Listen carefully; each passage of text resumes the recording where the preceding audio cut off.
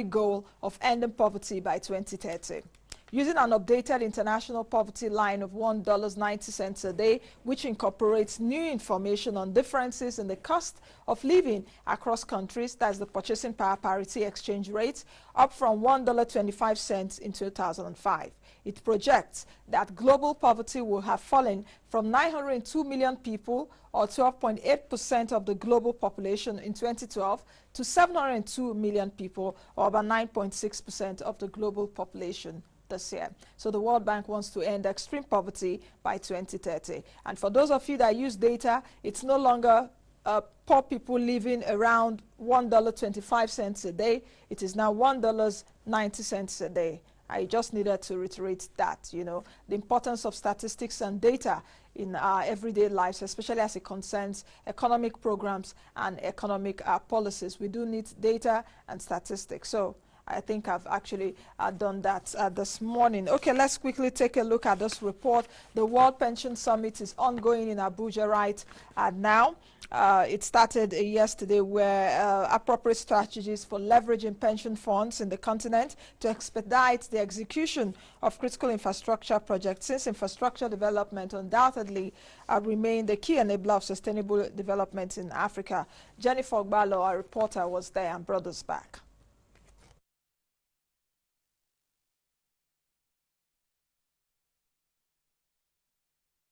In Africa to build stronger relationships and exchange ideas, as well as provide pension professionals with an opportunity to network and share their experiences of global developments in the pension administration. And engender the homegrown development of the African pension industry.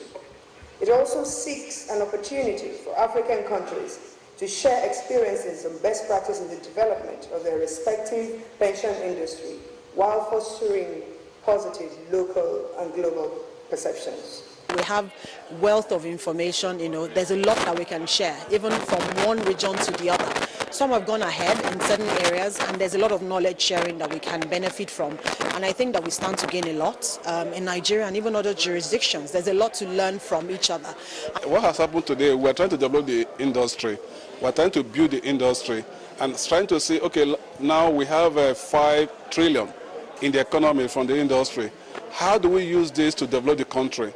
How do we use this to balance the infrastructure deficit we have in Nigeria? That's all this today is all about. Pension is the way to go. It's not something that has been left behind anymore. So it was imperative that we come to the summit, not only to share experiences, but also to provide our experiences. This year's summit, which was tagged Building Sustainable Pension Systems in Africa, focuses on bringing up practical and enduring strategies for pension fund regulation and how pension funds can be securely invested to maximize profits, thereby serving as an avenue to address the huge infrastructural deficit in the continent. Today we have over 5 trillion in assets. We need to continue to invest those monies, and it's mainly in federal government securities today. We need to move from that point. We need to diversify those assets. A good opportunity for people to share ideas and understanding on how the pension fund could be of assistance in the development of infrastructure. And you know that infrastructure development requires long-term funding, and the pension offers that opportunity. So infrastructure plays both roles in getting the better benefits, but then in the socio-economic of the country. So at the same time, it's like a multiplier effect. We are developing work, and at the same time, we are making and we are accumulating huge and sustainable benefits for the members. It's going to move us forward. In Nigeria, we have a lot of funds in the pension portfolio. We have now close to 5 trillion, and that's a huge sum. Nigeria has a infrastructural deficit. We are discussing here how such money, that portfolio, could be used to better our infrastructural development. The summit attracted diverse experts from across the world in the areas of infrastructure financing, real estate, and other pension-related fields, so as to provide insights on global development in pension models that can be easily replicated in other regions. Jennifer Ogbalo, reporting for The Money Show. Foreign direct investment has increased extensively in developing countries, of course, in the last 2 decades. More and more developing countries are competing with each other to attract this investment. A report by African Economic Outlook observed that African sovereign borrowing is skyrocketing, adding that remittances have increased 6-fold since the year 2000 and are projected to reach $64.6 billion this year, with Egypt and Nigeria receiving the bulk of our flows. Don't forget that Nigeria receives about $21 billion to $22 billion every year in remittances. Our reporter Phoebe Tukuru takes us through. A report by the Institute of Chartered Accountants in England and Wales says that foreign direct investment, FDI, into Nigeria and other African countries increased by $151.6 billion from 2000 to 2013. The report provides some highlights of Africa's economic performance, focusing specifically on Kenya, Tanzania, Ethiopia, Nigeria, Ghana, Ivory Coast, South Africa, and Angola. According to the report and estimates prepared by the World Bank, the total level of external financial inflows into Africa has increased from $40.4 billion in 2000 to $192 billion in 2013. This was attributed to the inward FDI from China, with investment mainly going into primary resource sector and infrastructure. Private finance constituted 62% of African economies' total inflows. Today, it has risen to over 70%, indicating a shift in investors' perception of the market.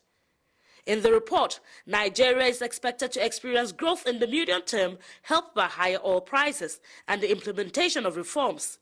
Annual GDP expansion of 8.5% is expected for Ghana by 2017. Meanwhile, a report by African Economic Outlook, AEO, states that FDI in Nigeria and a couple of other African countries are expected to reach $73.5 billion in 2015. The AEO pointed out that foreign direct investment is diversifying away from mineral resources into consumer goods and services and is increasingly targeting large urban centers in response to the needs of a rising middle class. Phoebe Tukuru, reporting for The Money Show.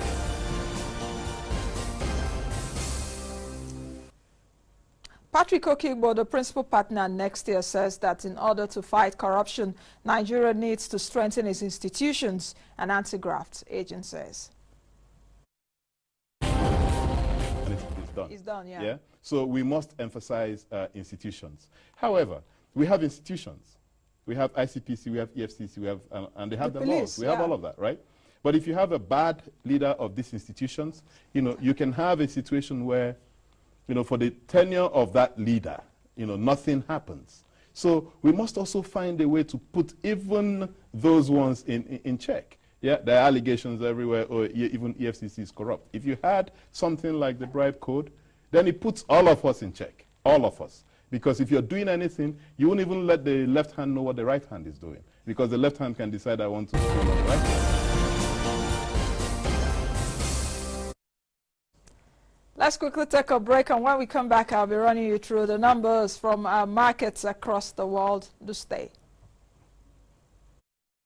Coming to you live from Nigeria's capital, Abuja.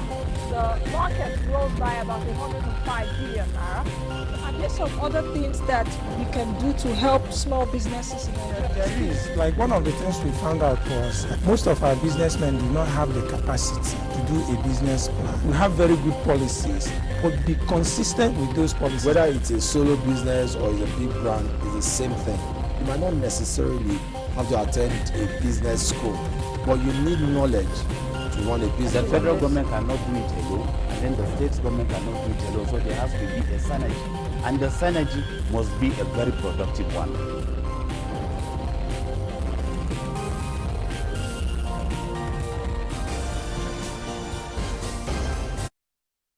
The Nigerian Stock Exchange on Monday continued the negativity that it started earlier this month. Don't forget that, of course, the market started 2.02% in the negative.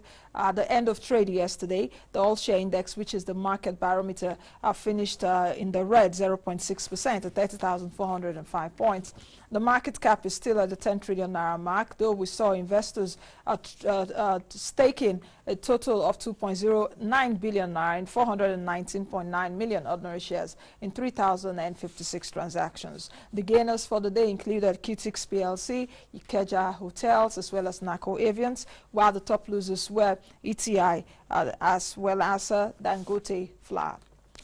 Of course, the market is trading as I speak right now. The market would try as much as possible to get some added spice, perhaps at the end of today when the ministerial list is being announced.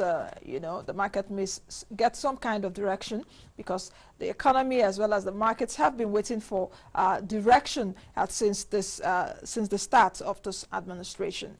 Let's move over to Ghana, where the Accra Bourse is currently trading. The earlier numbers that we have indicated that the market was down 5 points. That's marginal. It's still around 1,998 points. The all-share index of South Africa down 0.25%, while Egyptian exchange is trading down 33 points. Moving over to the United States, where stock indices may point to a lower open today ahead of key earnings after stocks extended post-jobs report rally on Monday. Of course, we saw Wall Street closing sharply higher. Dow Jones Industrial Average, Nasdaq, as well as S&P 500 finished more than 1% in the green. Traders will watch market actions carefully today to see if stocks can demonstrate a successful retest of the lows ahead of what some people expect to be a lackluster earnings season.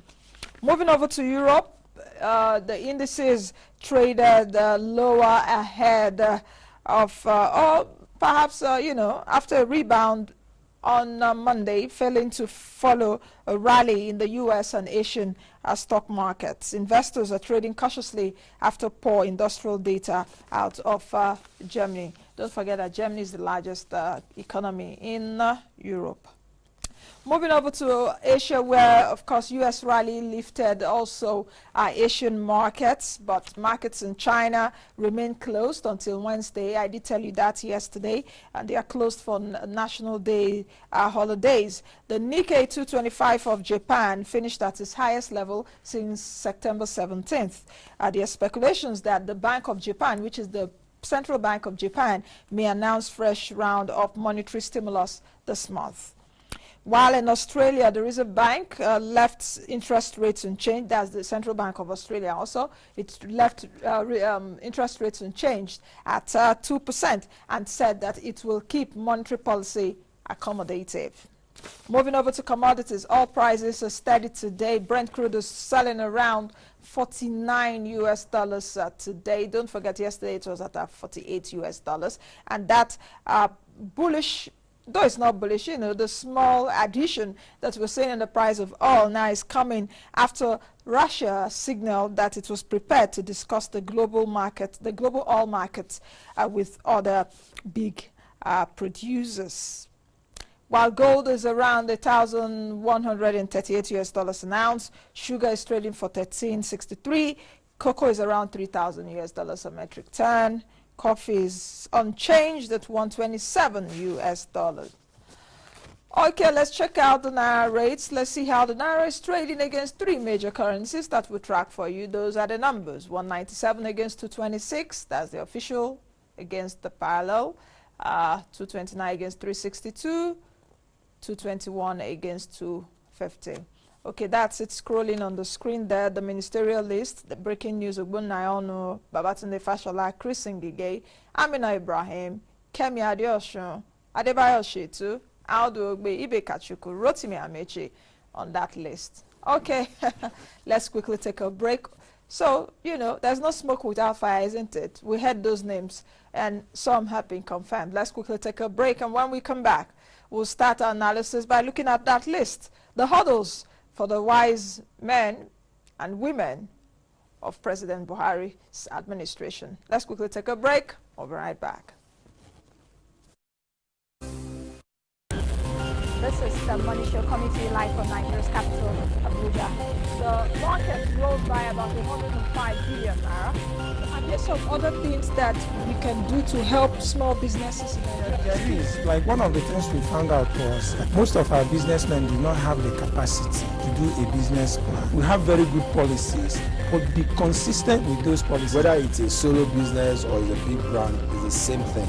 You might not necessarily have to attend a business school, but you need knowledge to run a business. The federal government cannot do it alone, and then the state government cannot do it alone, so there has to be a synergy. And the synergy must be a very productive one.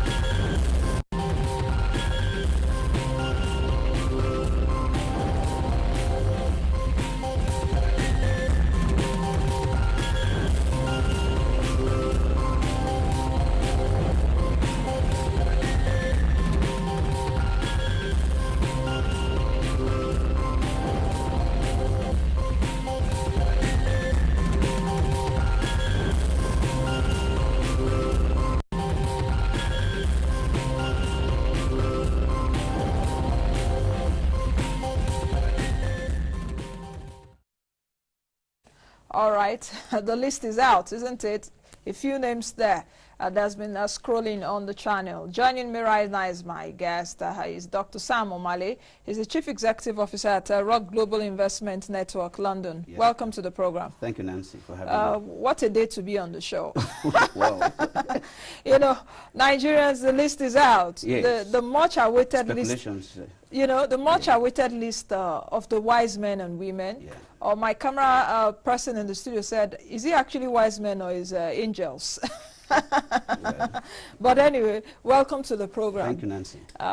What do you make of the names we're seeing right now? Ministerial nominees, Lai Mohammed, Chris Ngige, Ogbonnayonu, Kayode Fayemi, the former governor.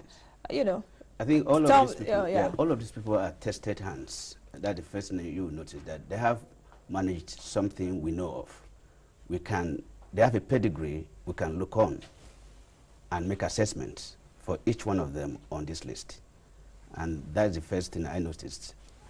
And there are people that will be able to fashion policies and goals for whatever ministry they are given. People who should be accountable, which is really the issue. It's not the personality, but if the environment created for them and their personal visions can be brought to bear on whatever portfolio they are given. So for me, each one of them, it's a good material. Now, the waiting for a long time, for close to 4 months, yes, and the announcement of this list right now, is it worth waiting for? Yes, it is. Is it worth waiting for the men and women on that list that's just been announced? Is it worth waiting for the likes of Rotimi Amechi, Babatunde Fashola, Chris Ngige? Is it really worth waiting for? I think so, because I don't think it's as easy as just having this list you are seeing now. Number one, I think we have heard from the presidency that they were not given a handover notice on time. 4 days to? 4 days to they're taking over the government. And so there are issues that the presidency must understand. And this president also has his own visions and goals. And left for him, he could have fashioned out names on the first day, I'm sure. But again, there are interplays, there are some other forces that he has to consider. He has to give in and give out. He has to make compromises here and there to arrive at this list. So it's not as easy as we see now. In any case, this rush for ministerial positions, I don't see the necessity for it, because institutions will work. And so the waiting, I think, is worthwhile. The waiting is worthwhile. Yeah. Among those that have just been announced, what names actually strike you there? I think all the names, but the one we know, for example, we know of Fashola, what they had done in Lagos. In Lagos. And Amina, that's the lady who was in charge of Millennium Development Goals. Goals, yes. Now, that lady but now she's an advisor to Ban Ki-moon. Okay, she's coming also from additional international experience, and having managed the Millennium Development Goals in Nigeria before, she will understand the issues of development, economic development in this country, and also whatever experience she is getting now at the UN, she will bring to bear. Ogbonna was a governor as well. Yes, he was a governor at the time. That's a gentleman that I've always admired. I've never met him before, but he seems to be a very focused person. I've never met him, but he was in the ANPP too at the time. Exactly, and consistent too. I think he is a gentleman I just like. I don't know why. I've never met him, and also Adogbe, I think was one of the only ministers that came out clean in the government. I think his government was overthrown. The government he served under was overthrown, I think by Buhari. I think he was also in PDP, Adogbe, if I'm not mistaken. Before he got there. And he was, I think, one of the only ministers who came out clean from that administration. And when he was in PDP, I think he was even the chairman. Now, he stood his ground, and I think he was forced out by the forces of PDP. And I think that's when the PDP started, developing into a one-man show, and that policy or that personal stand of character to pull out, even at the face of death, I think was threatened several times in this country, and yet he stood on what he believed in. So I think these guys, the names here, are people that I think we can be proud of. What does Rotimi Amechi? That's another fighter. It sounds to me as a fighter. As a person who believes in a cause, and he pursues that cause at the risk of his life. Don't forget that when he was, I think it was the one who led this rebellion from PDP, and all the attacks from the instruments of government, the police, the harassment the guy suffered in Rivers State, I mean, was unprecedented. I think at one point his plane was grounded. He was physically intimidated, and yet he believed in a cause. You see, these are the kind of people I want to see. You believe in a cause, and you're ready to lay your life. How about the administrative capacity? Is it just about, I understand what you're saying, how about, should we also look beyond that? We do know, because Nigerians anticipating for this list, we're actually wondering that, who would make the list? President Buhari is known to be, he doesn't tolerate corruption. He did say in his October 1 speech that he's not witch hunting anyone. Nobody should be afraid of him. He's not after anybody. But there will be consequences for actions that you take, which was very resounding. And a lot of people will expect, okay, what kind of people would President Buhari appoint? Angels. Now, angels, isn't it? Because my camera woman actually did tell me in the studio when I said wise men and wise women, she said, Nas, is it wise men? Are they not angels? But you know what that tells me? It resounds what people also think, even on the street. Okay. If they think President Buhari should also appoint perhaps people as, you know, as clean as he is, so to speak? For all I know, two things will happen here. Number one, this list, I'm not sure there's anyone that is convicted of anything that I know of. That's number one. Number two, see, the beautiful thing here is the leadership that is now being given to us by Buhari. You see, don't forget that all of these things is lack of leadership. That's what we have suffered. Now, we now have a leader who is laying a mark, a benchmark, for example, of accountability, of responsibility, of focus. This man, his mere presence will command that each one coming to this team, he will have warned them that, because for crying out loud, you cannot see an angel anywhere. But what is important, what is important is that now, I think he said it during his campaign, and I like that bit as well, that drawing a line in the sand, that anyone who is given a responsible position in government must be accountable. So whoever has come in now, let's forget whatever baggages they're carrying and see what they can do from now henceforth. And that will mean, do they have policies, do they have goals? We can create what we call a performance evaluation, where we can see that this is the portfolio is taking over. It's a pity that we cannot really assess this nominate because we don't know the portfolios are going to be in it.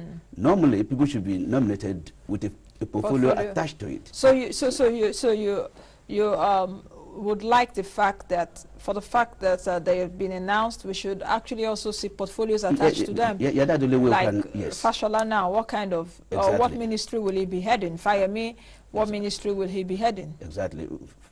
So that's the point. I won't assign anything to anyone. But you see, at that point, at that level of leadership, you can be anybody to lead. Because your position is to lead and have a goal, a focus.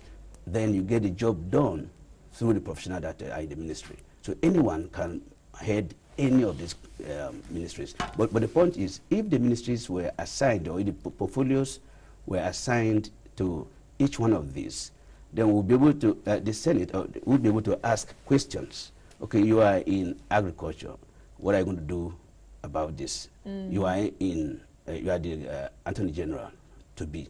What will you do? But now it's a general thing, and I'm afraid you still have to be bow and go, whatever they call it that time. Okay, I'll come to that a bit, but I want to involve our viewers, of course, watching right now, to actually send their comments and contributions. The much-awaited list is out. You know, but of course, I think the president will do it in batches. This is just like the first batch of the wise men and the wise women. I think there are about 3 women there I can see. Yeah, I think about 3 women are on the list. So send us your comments right about now. You can tweet at Nancy Ilo. That's the handle on Twitter. Tell me what you think. This list has been announced. Is it really worth waiting for? Is it worth waiting for? What are your expectations from the men and women that will be paddling the canoe, or not a canoe now? Nigeria is a big ship. You know, steering the ship of governance moving forward in the nation. So send us your comments and your tweets right about now. Okay, you've talked about you don't want to see the usual tradition of bow and go. No. And I think the Senate even came out to say before the list was announced that it will not be business as usual anymore. Well, they're going to ask questions now. I mean, they're going to ask questions on their views on all the portfolios, or how they should design a template, a kind of question that, I mean, all you need is a vision. What vision do you have for this country? How are you going to do if you are in any of this portfolio? I think that's the kind of question, not, you know, because that's the only way to go. Because if you're going to be anywhere in government, you should have a vision that aligns with the federal government's vision, with the president's vision. But is there a vision right now? Is there an overriding vision of President Buhari? Yeah, is there, it's clear to me. I think. Okay, what is it? I think his vision is to lead Nigeria into a self-reliant nation, freed from all the negative images we create abroad, outside, by dealing with the issue of fraud and fighting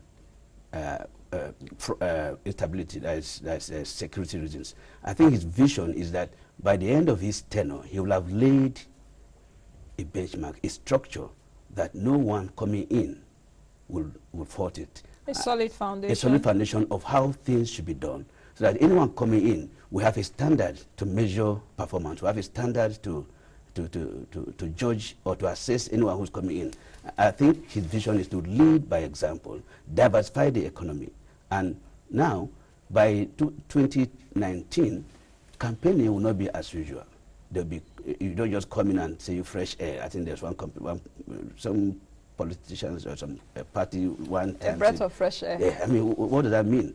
So we're looking for politicians and for individuals who are ready to lead. This is the first time, second time, the Nigerians actually have had a leader that is willing to lead. All the leaders we had were not willing leaders, all of them. Is it that they were not willing leaders? They were not willing leaders. They were not prepared leaders. I can name them all from Murtala. Murtala was the first person who was willing. He didn't last. Obasanjo took over by force, and even from his voice, he was not ready to take over. He said he accepted the position against his personal wish and desire. Now he hurriedly gave it to a civilian head whose ambition was to be a senator or a teacher. Now when Buhari came in, he was the only person who focused on bringing Nigeria into a path of discipline, just way of life, way of living. Because Nigerians are grown big but behave like babies. I mean, only babies cry, only babies fight over food, only babies will pack food that they're not able to finish. You see, so our behavior needs a strong leadership. So he came in, they didn't let him to last. Babangida came, no policy.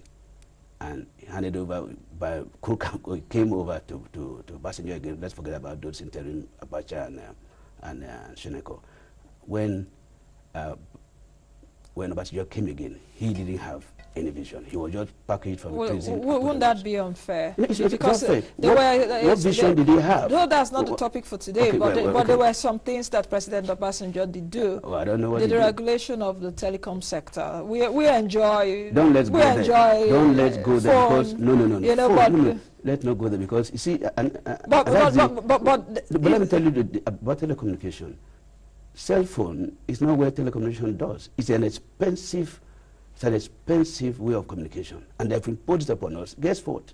All the proceeds coming from them, 90% of them go out of this country, and they're actually a source of capital flight. What I'm actually saying is that wouldn't it be I'm not that. I'm bringing it as an achievement. But wherever President Obasanjo is right now, of course he is in Ogun State, having fun, writing books, even writing children's books, and all of that. So he would be proud with himself. He's globetrotting around the world. People are inviting him. I think that is one president that I know that still earns money right now away from his pensions and all that privately to come and speak in different engagements. He's been respected around Africa. So would you say he didn't do anything at all? Is that what you're saying? He had the best opportunity to have turned this country around in 9 years. I mean, in 8 years. He had the best opportunity. And that opportunity was squandered. That's where we are. Anyway, we're not talking about President Obasanjo. We're talking about President.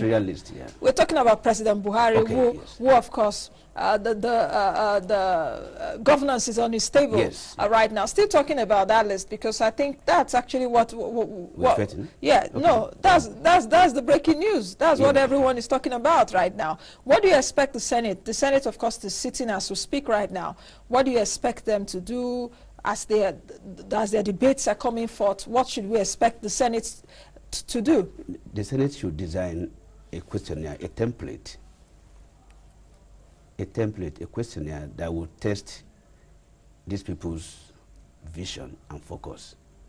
The Senate should develop questions that will show that people will be able to defend, ask, and also sell themselves to us. This is an opportunity for the nominees to sell themselves to us. That's what the Senate should be achieving. Come up and sell yourself. It's not a matter of, I don't think they should go into politics in this. Just tell us what your vision for Nigeria is. How can you dig us out of this hole? Whatever portfolio you are giving to, that we should be forward-looking more than anything else for me, if I should say. Okay. Stanley, people are already tweeting about the list right now. So let me read what Nigerians are saying, at least for those that have communicated with us.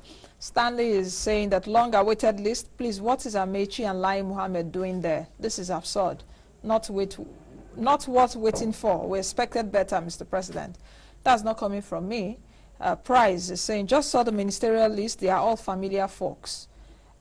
We need credible people. While Nob is saying, Yaya from Kubo, Abuja, the list is full of popular names. But I'm happy to see Lai Mohammed and Ogbonnayono on the list, though. There's a bear saying the long-awaited ministerial list is out with no surprises. These are names that should have been announced first day in office. Uche John is saying,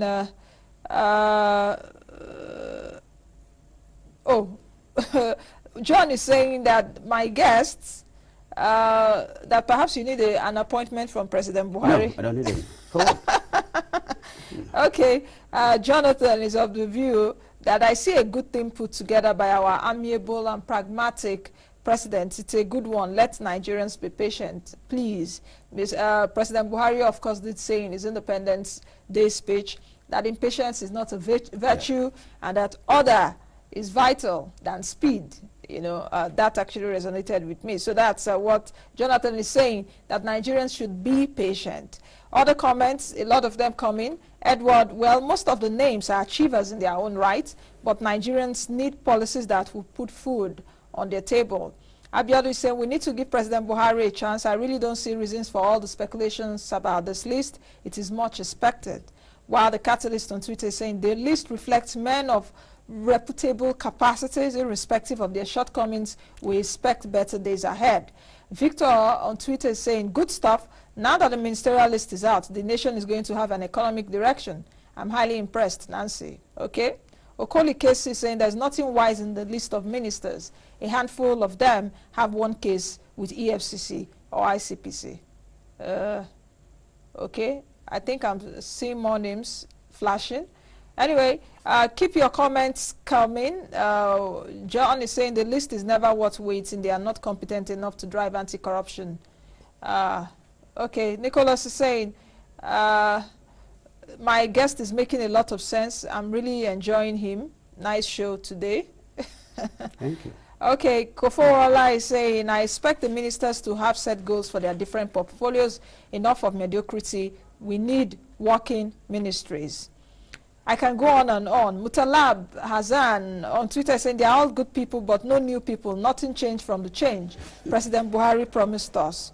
Bolanri Olariwaju is saying the list is not worth waiting for at all. This government body language is not serious. Oh, okay. Just keep your comments coming. Let's hear from Nigerians what they expect from the list that's just been announced at the Senate, of course, by the Senate President.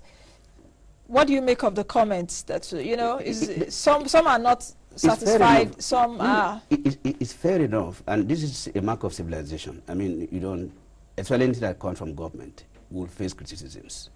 It's left for government to prove them wrong or right. How would government go about that? Because with some of the things people are saying now on social media is that they don't see any new names. It's just the same old. You know, they were expecting changes. They were expecting new names. Just announce the new names. Okay. And perhaps Nigerians will go Google those new people and see their capacity. That is what I'm expecting. Was that what you're expecting? Let me say what I want to see. Okay. The new thing we're talking about is the new way of doing things. If I see any form of celebration from ethnic groups about these nominations, then we have not changed. And I think the presidency should straight away warn that there should be no celebration of any kind, because it's so annoying when people get a position. I mean, portfolios, they see it as a source of money making. That should be out of their minds. This time we're going to see, or the environment should be created that you are coming to serve the people. You are coming to let us know what you can do to change where you are. And we're going to know how the offices you are taking, how it was before you came in, and how it will be when you leave. We're going to be focusing on the budgets. We're going to be looking at accountability. People will be whistleblowers all over the place to watch performance. Government is not going to be as usual. It will not be, government or governance shouldn't be made an easy way to making money. It's a service call. And if you want to make money, go do business, not in government. I think that's what the message the president should be passing through. This is no way to make So government is about service. It's about service. And that's it. It's not where you come and begin to make money, because if you see what fraud is, which is actually what we have not addressed, we're talking about only one aspect of fraud, which is corruption. Corruption is just one part of fraud. Fraud deals with the individual's undue influence to cheat others that will lead to economic loss of others. That's what our leaders who in the past have done to us. It's called theft in the real sense of it. What they've done is to come in, use their influences, stole from us, and we've lost economically. Now, anybody coming now is not coming to start looking where the money is. And again, the change will come with the way we use some of these words, like juicy portfolios. It's so annoying, it's so sick, really, to be we shouldn't use certain adjectives for certain portfolios. That if they send you to a Ministry of Tourism, for example, yes, you're being just go there. There's no money there, so to speak, you know. But if you go to Ministry of Works, Petroleum, and that's the beauty of knowledge we're talking about. In the UK, football alone brings £750 million annually. People that come to watch Premiership alone from outside. Okay, London is a market like Jankara market. That's where people come to buy and sell. So tourism is the main economic stay of UK. UK doesn't produce anything. So it's to begin to say that shows lack of knowledge. That's in the Nigerian perspective. I know. Yeah, so this is a point now we should be emphasizing. There should be a lot of simple financial intelligence training for people to begin to understand how you can add to capital formation in this country. I think I'm seeing more names. Udoma. Okay, that's a lawyer, is it? I don't know his jurisdiction, but I think he was the former chairman of SEC, okay, the Securities and Exchange Commission, Musa Ibetu. So I think they are adding more names to the list, perhaps as the Senate President announces. Is he the son of the former Udoma we know? I really don't know, but I know he was the chairman of Securities and Exchange Commission at the time, yes, at the time before Peter Obi took over also, you know. So the characteristics of the people we're seeing on the list: Chris Ngige, former governor, Kayode Fayemi, former governor, Rotimi Amechi, former governor also. What qualities do you think they will bring, especially as this administration has said we're coming on the platform of change? Are we expecting these ministers to act differently, to perform differently? Definitely. Should the president give them targets? Should they be benchmarked? Definitely. I should think so. Look, whatever you were before you're coming in, this is a different environment. Look, we're a product of our environment. The environment these guys operated upon permitted all kinds of stuff, and they did what they could do to survive. Now, this environment, I want to believe, is a new environment of probity, accountability, and performance. Measurable performance. If you don't perform, you go. If you are involved, immersed in any scandal, don't wait for us to sack you, you just go. Don't bring the name of this country down. Once you are immersed in any scandal, you resign. You resign. Oh, when do we get to that? We'll get to that. When do we get to that level, like we're saying in the US or in the UK? This government should to do that. That when you're just being even in the private sector, I know Volkswagen. Yeah, the director resigned. Yes, that was 2 weeks ago. I'm responsible for it. He's not even being investigated yet, but you're like, oh, for the fact that this is it, I stepped down, and they got a new CEO. Yeah, because it's going to cost that organization some $13 billion. Yes, exactly. So if you do something dumb, just go. Okay, let's read more comments coming through. You know, this seems to be the topic for now. So we'll dwell with it because that's what we've been waiting for. No problem. I will ask you the question after I read some of the tweets. With these names, do you see the markets and the economy drawing some kind of inspiration from these names? Drawing inspiration in the sense that perhaps they know what they will do, because before these names were announced, it was out there that, oh, there's no economic direction, that the president hasn't come up with economic direction, his economic vision, so we don't know what he's going to do. Femi Adesina, I spoke to him some weeks ago while he was here. He did say, oh, Nancy, let the ministers come out. So we'll have an economic team and have a blueprint. But just take a breather. You would answer that in a short while. Just Joss on Twitter is saying the list is worth waiting for. They are men and women of integrity. Apollo Creed is saying the president made up a list of ministers based on political sentiments, not based on competence. Ayuba Dubagari saying President Buhari's list is no surprise, but a list of people with character, credibility, integrity, and vision. It is worth the wait. I think that should be trending on Twitter right now. Is it worth waiting for? That's actually what I said earlier. Is the list worth waiting for? So hashtag it, you know. Pada Innocent is saying full of familiar names. Anyways, we hope they show themselves. We hope they showed self-interest and work towards the development of the economy. Michael is saying President Buhari wasted our 4 months on the list. Okay, that this list would have been announced on May 29 at the Eagle Square. Esther Amade is saying the list is not worth waiting for. I expected new people, fresh ideas, and new policies that will drive change in our country. Victor Abolo is saying all I see about the ministerial list is just to compensate political associates, not worth waiting for, I beg. All right, Amy is saying I thought President Buhari was looking for saints in all Christchurch minister. I don't understand that. He could go, okay. He thought President Buhari was looking for saints, but perhaps what he means is seeing that list. Sean is saying the list is worth waiting for. I see a better Nigeria under Buhari's cabinet. Send your comment. So let me allow you to answer. Okay. The impact this will have on the market. Yes, the impact. You know, you're coming from the marketplace. Yes. Though we're not discussing where the market. Yeah, because this is the news today, and look, the market. I wonder that's what they'll be discussing everywhere now. Yes, what moves a market or an economy? Of course, with this list, we're moving closer to having people in place giving their portfolio. But until the portfolios have been given, it will still not have much impact because we don't know who is going to do what. But even after that, what you be looking out for is if the individual ministers have given us their visions, we begin to see how are they going to bring this sector up. For example, if you are in agric, are we going to start having expansion in agric in such a way that earnings from there will be improving? Agro-allied industries, are they going to be booming? If you're into transport, if you're into whatever you are in, how are you going to attract business into this country? And as to whether international market or anywhere, look, the perception is key. And for now, and all the time, the perception of the leadership of the president is what Nigeria is going to ride on.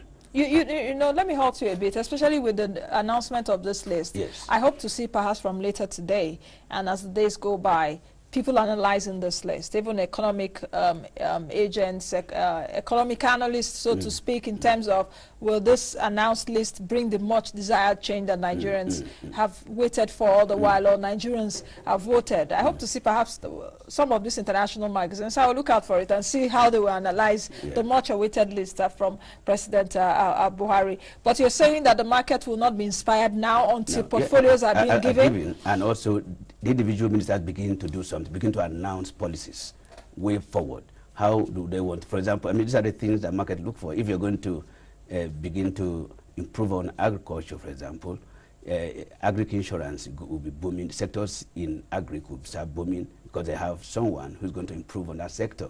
If it's the economic, the banking sector, or whatever sector that they have announced their policy goal, then it will give a picture of what's going to happen. That's what markets wait for. They wait to see what action would this minister take. What would be the finance minister? What would be the finance minister? Is he able to develop an economic policy blueprint? Is he able to develop institutions that are already on ground that are actually moribund? But is it the job of the minister to develop the economic?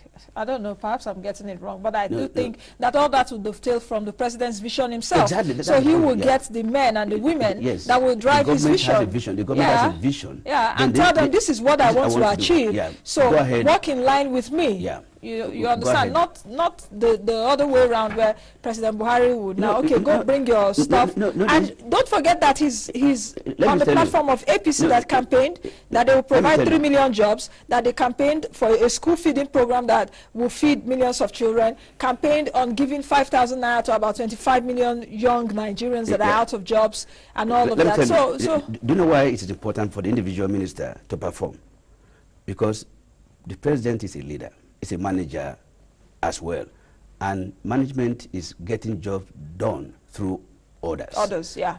In the US and in the UK, ministers behave actually autonomous. They do things with their vision, and if anything goes wrong, they hold them. So the government designed the vision, but the ministers are autonomous and they are focused on what to do.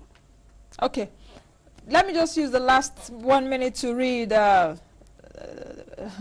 comments are coming through. Aksha Musta is saying, with a few names in the list, it shows us a better Nigeria and sure the wind of change is blowing. It doesn't show market as usual. I like that, market as usual, not business as usual. Yeah, it's a new one.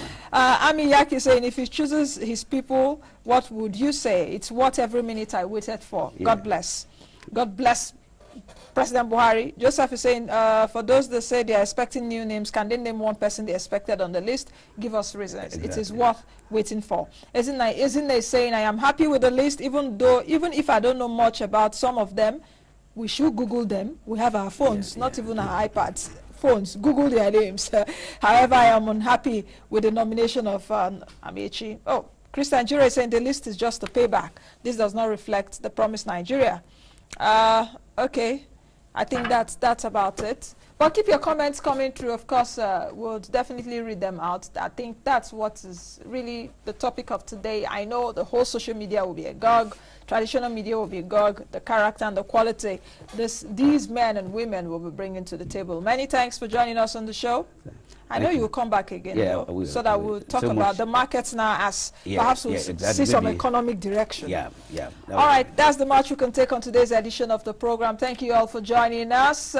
We've been looking at perhaps the ministerial list as it was being announced. We tried to do justice to it because as we were seated, the names were being churned out. I've been speaking with Dr. Sam O'Malley. He is the Chief Executive Officer at Rock Global Investment London. Be the change you want to see, be the best you can be. Join us again tomorrow. I am Nancy Ilu. God bless Nigeria. Bye now. Thank you.